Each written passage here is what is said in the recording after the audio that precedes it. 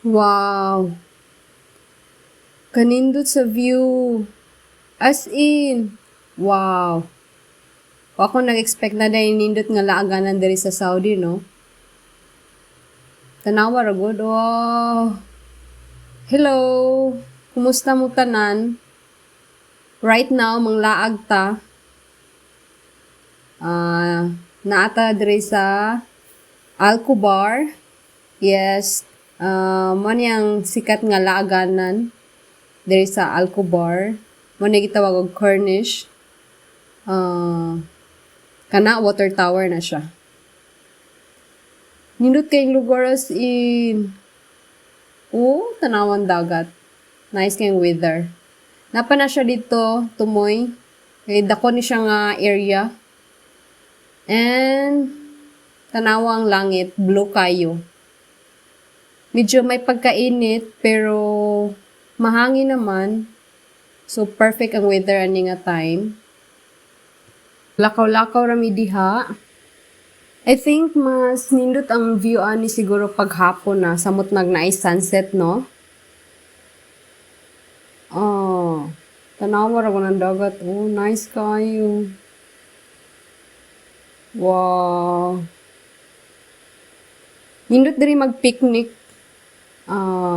Kauban pamilya or barkada. Sa unahan na ay namingwit. Si kuya namingwit. Daghan na baka na siya kuha, no? Atong susihon, be. Siya raman po dang namingwit diha. Wa may lain. Tanaw na to, be. Kung naabay yung nakuhang isda si kuya. So, allowed ra ang fishing diha dapita. Ay. Naman si kuya, namingwit. Kuya, isda nakuha dia kuya?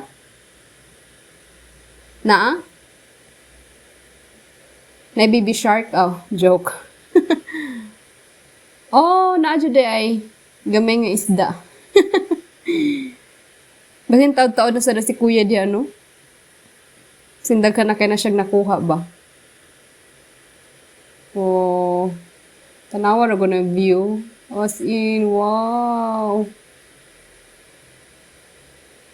Wala lang, na-amaze lang ko.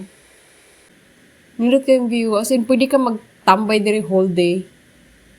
So, mao to, nanapon mi sa pika side. Ganina dito mi sa left side. So, karon paingon mi sa right side. Pero, kung gusto mo mag-picnic, for sure, nindot ni siya nga place. And sikat sad ni nga laaganan sa mga turista, especially sa mga Pinoy.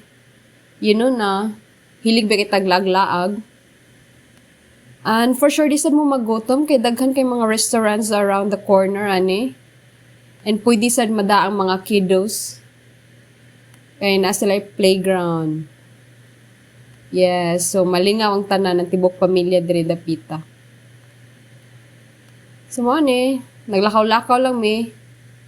Actually, nindot kay lakaw-lakaw. Balag init. See, daghan na kayong mga tao ng laag sa'yo pagani sa buntag. Actually, ako sang observe, no? Kani mga Arabo kay hilig kini sila og kanang park, picnic. Muna kasagaran akong na-observe sila. Muna siguro daghan kay mga laaganan diri sa Saudi. Especially mga park. Daghan kay mga park. Init kayong panahon, pero bugnaw naman po ang hangin. So, perfect rasad siya. Nindot unta magstay og dugay, pero unya kay limited naman namong time. Kay mo-travel naman po padong Riyadh and kinhalamig 5 to 6 hours na travel. So, medyo dugay gid siya. So, for now, mamalik na mi sa Riyadh. Puhon na pod. If na time and chance na makasuray diri balik. Thank you for watching, guys. Bye-bye.